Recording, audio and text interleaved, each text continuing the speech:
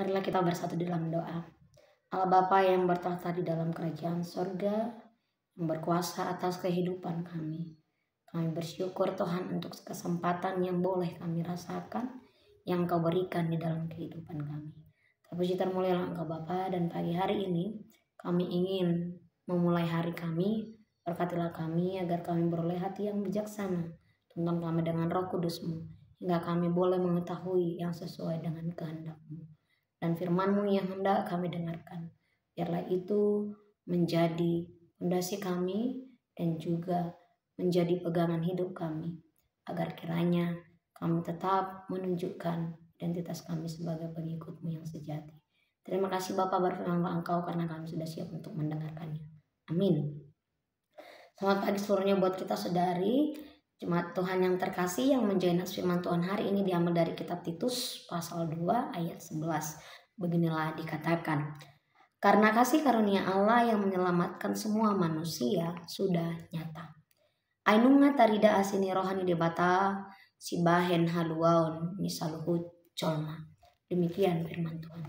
Bapak Ibu Saudari yang terkasih di dalam nama Tuhan Yesus Kristus, jika kita menimbang kasih karunia, menghitung kasih karunia Allah di dalam kehidupan kita, sesungguhnya begitu banyak kasih karunia yang Allah berikan di dalam hidup kita. Termasuk salah satu yang diajarkan oleh Martin Luther yaitu sola gratia, yang menekankan bagaimana kita melihat hanya oleh kasih karunia Allah lah kita boleh diselamatkan secara cuma-cuma, dan hanya oleh kasih karunia Allah lah kita boleh hidup dan juga melanjutkan setiap proses kehidupan kita. Artinya kita hidup berdasarkan kasih karunia Allah yang nyata yang Dia berikan kepada kita. Termasuk tadinya kita adalah manusia yang berdosa, yang seharusnya mengalami kerusakan relasi dengan Allah Sang Pencipta. Tetapi inisiatif Allah dengan mengorbankan anaknya Yesus Kristus melalui kasih karunia-Nya yang menebus manusia di kayu salib, hingga kita kembali memiliki relasi yang baik dengan Allah Pencipta, dan kita boleh tetap bersekutu dengan Dia. Hal ini juga lah yang sehubungan dengan apa yang dialami oleh Titus ketika ia melakukan pelayanan. Begitu beragam karakter manusia yang ia hadapi. Dan dapat dikatakan dari manusia itu, orang-orang yang dia layani itu hidup dengan berkarakter yang berlawanan dengan firman Allah. Antaranya banyak sesamanya yang saling membenci, berkomunikasi yang tidak baik, dan juga yang meniadakan Tuhan di dalam hidupnya. Karakter atau perilaku yang demikian ada di dalam diri mereka ketika mereka belum mengenal tentang firman Allah, belum mengenal Allah di dalam hidupnya, sehingga dari sisi kemanusiaan mereka tetap melakukan yang sesuai dengan kehendaknya dan tentunya seturut dengan keinginan dagingnya. Bapak Ibu Saudari yang terkasih dalam nama Tuhan Yesus Kristus, hal ini jugalah yang ditekankan oleh Paulus kepada Titus, memberitahukan bahwa kasih karunia Allah di dalam anaknya Yesus Kristus itu telah nyata.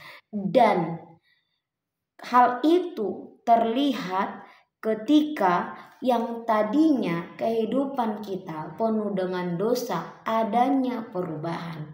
Harus adanya perubahan, itulah yang menunjukkan bahwa kasih karunia Allah yang menyelamatkan itu sudah nyata. Adanya perubahan, adanya pergeseran dari perilaku yang buruk menjadi lebih baik, pertobatan hidup yang baru. Itulah yang menjadi cara yang paling nyata bahwa nyata kasih karunia Allah itu ada di dalam hidup kita.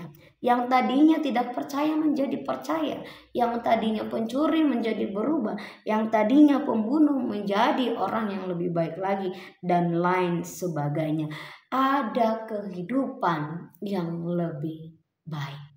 Ada pertobatan yang berusaha meninggalkan perilaku yang tidak sesuai dengan kehendak Allah untuk hidup perlahan sesuai dengan apa yang Allah kehendaki. Oleh karena itu Bapak Ibu, saudari yang terkasih, dikatakan dalam nas kita ini, kasih karunia Allah yang nyata telah menyelamatkan semua manusia, sudah nyata.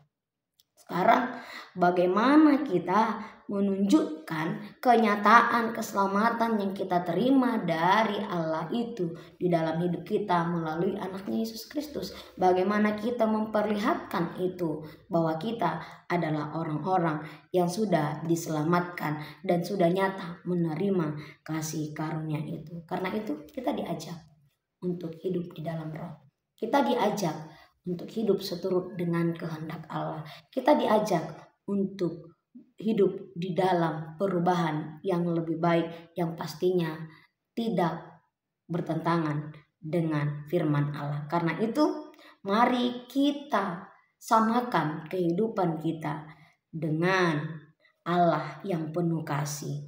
Dan bukti hal yang bisa memperlihatkan kita menerima kasih karunia itu, yaitu dengan berbuah kebaikan. Karena itulah cara kita untuk merespon karya keselamatan yang Allah berikan kepada kita, yang sudah nyata. Mari kita tunjukkan kita adalah orang-orang yang diselamatkan dengan hidup di dalam kebenaran, dengan hidup seturut dengan kehendak Allah.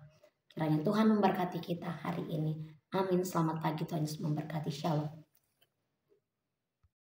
Kasih karunia dari Tuhan Yesus Kristus serta kasih setia Allah Bapa dan persekutuan Roh Kudus memberkati dan menyertai kamu sekalian hari ini, esok, dan sampai selama-lamanya. Amin.